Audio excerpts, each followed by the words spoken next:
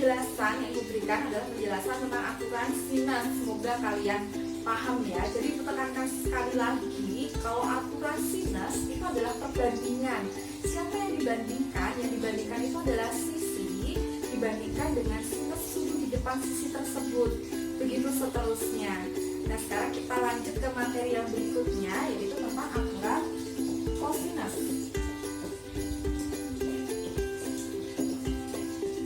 Nah, kalau aturan kosinus ini bagaimana? Sebenarnya hampir sama ya. Kita masih pakai juga segitiga seperti tadi, seperti aturan sinus. Jadi kita pakai segitiga sembarang. Ini adalah segitiga. Bapak jadi segitiganya bagus ya.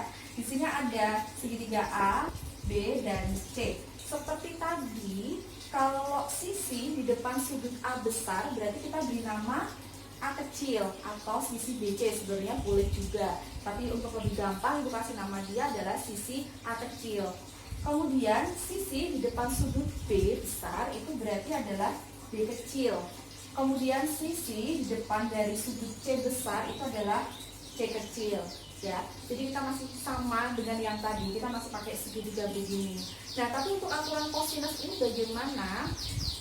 Jadi aturan kosinus ini sebenarnya dipakai untuk mencari salah satu sisi jika diketahui dua sisi dan satu sudut.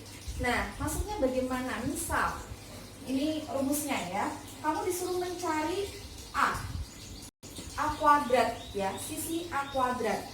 Untuk mencari sisi A kuadrat itu bagaimana caranya? Kita pakai penjumlahan dari dua sisi yang lain. Selain A, berarti sisi yang lain apa? Sisi B sama sisi C. Kita jumlahkan, dikuadratkan juga. Berarti di sini B kuadrat ditambah C kuadrat. Begini. Kemudian dikurangin sama dua kalinya. Dua kalinya siapa? Dua kalinya sisi yang lain itu. Sisi lainnya ini B dan C.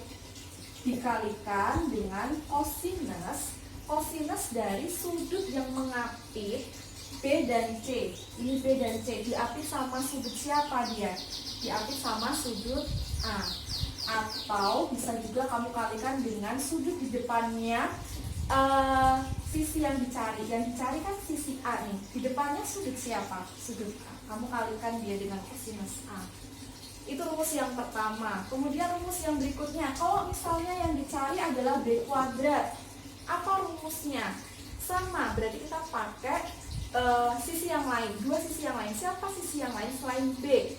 Berarti ada si A, A-nya dikuadratkan dengan C dikuadratkan, dikurangin dua kalinya siapa? Sisi yang lain ini tadi, si A dan C dikalikan sama kosinus sudut yang mengapit AC. Ini ada A, ini ada C. Dia mengapit sudut siapa? Mengapit sudut B. Jadi dikalikan kosinus B. Begitu. Yang terakhir, kalau yang dicari adalah C-nya, C kuadrat. C kuadrat di sini ya. Nah, berarti sisi yang lain siapa? Sisi yang lain adalah B dan A. Ya sudah, berarti kamu kalikan. A kuadrat ditambah B kuadrat dikurangi 2 kali AB dikalikan kosinusnya yang mengapit A sama B. Kosinus siapa? Sudutnya. Sudut C ya, berarti kosinus C. Ini adalah aturan kosinus ya. Jadi kita bisa mencari salah satu sisi jika diketahui sisi yang lain dan satu sudut ya. Satu sudut yang diketahui sama dua sisi yang lain kita bisa cari. Nah, aturan kosinus ini juga bisa, kalau yang ditanyakan itu adalah sudutnya, yang diketahui adalah 3 sisinya. Maksudnya bagaimana? Di sini tadi, Ibu punya rumus A kuadrat sama dengan B kuadrat plus C kuadrat min 2AB dikalikan kosinus A. Begini kan ya, ini rumus yang pertama, Ibu tulis ulang. Nah, di sini ada minus 2AB kosinus A. Kalau Ibu pindah ruas ke sini, berarti kalau ini tadi negatif, Ibu pindah ruas jadinya 2AB kosinus A ya. Ini satu kesatuan, ini Ibu pindah ruas. Oke, paham sampai di sini? Nah, sama dengan di sini tetap B kuadrat plus C kuadrat karena dia tetap di ruas kanan. Nah, si A ini yang tadinya ada di ruas kiri, Ibu pindah ke ruas kanan, berarti jadi minus ya. Minus A kuadrat Paham sampai di sini? Nah, yang mau kita cari tadi adalah sudutnya doang. Berarti kita mencari kosinus si A. Kosinus A berarti sama dengan B kuadrat plus C kuadrat minus A kuadrat. Ini yang tadi kita tulis ulang. Nah, di ruas kiri itu masih ada perkalian. Perkalian dari 2AB kalikan cos A. Yang diminta kan cos A doang. Nah, biar 2AB-nya ini hilang harus diapakan? Berarti dia harus kita bagikan di ruas kanan, dibagi dengan 2AB. Nah, ini adalah rumusnya. Jadi kita bisa mencari sisi, kita juga bisa mencari sudut yang lain. Nah, misalnya sekarang kalau yang ditanyakan kosinus B, berarti apa rumusnya? Kosinus B, kita lihat kosinus B.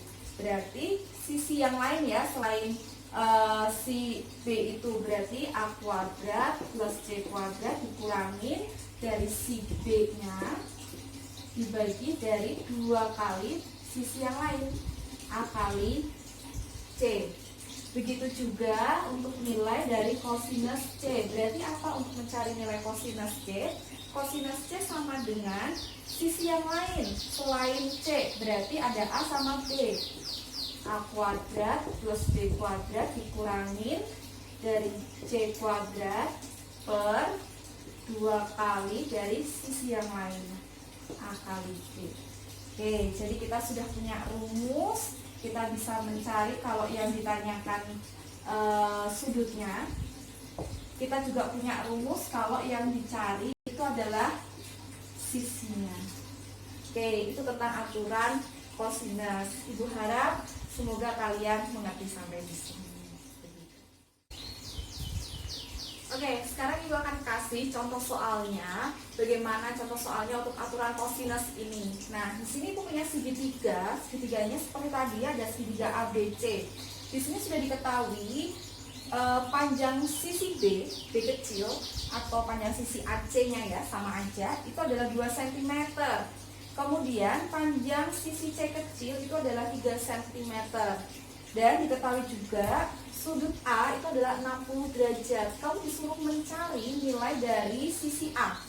Di sini ya, di sini ada A kecil ya. A kecil ini berapa sih besarnya?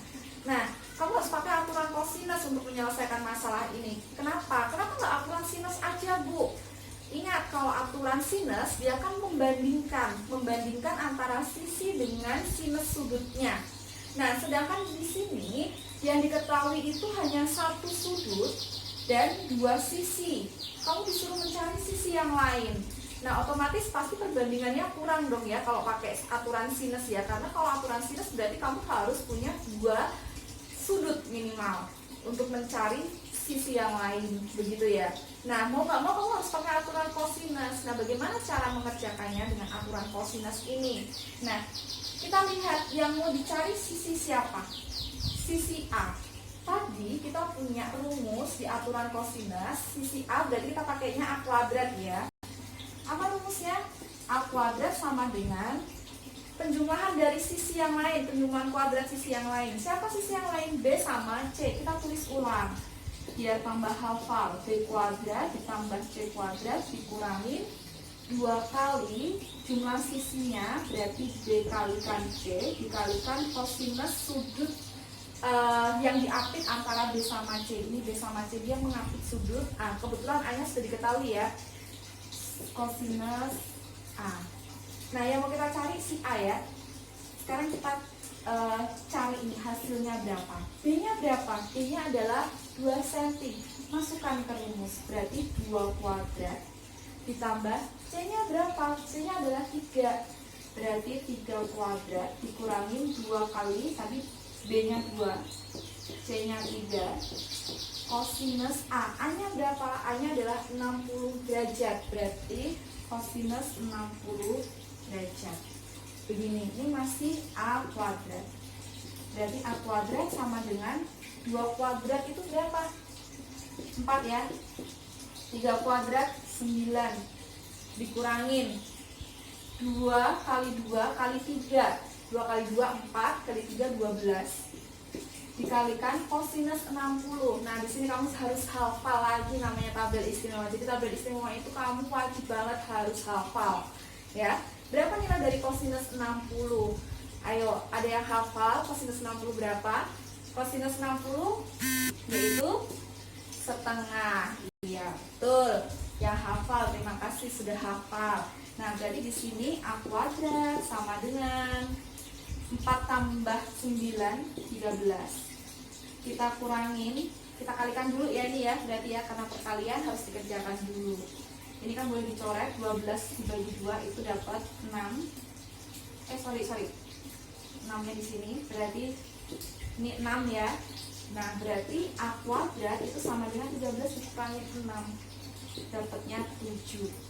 Nah, yang dicari itu bukan A kuadrat ya teman-teman. Di sini yang dicari adalah A-nya saja. Berarti dari A kuadrat kalau mau dicari A harus diapakan? Kamu akar.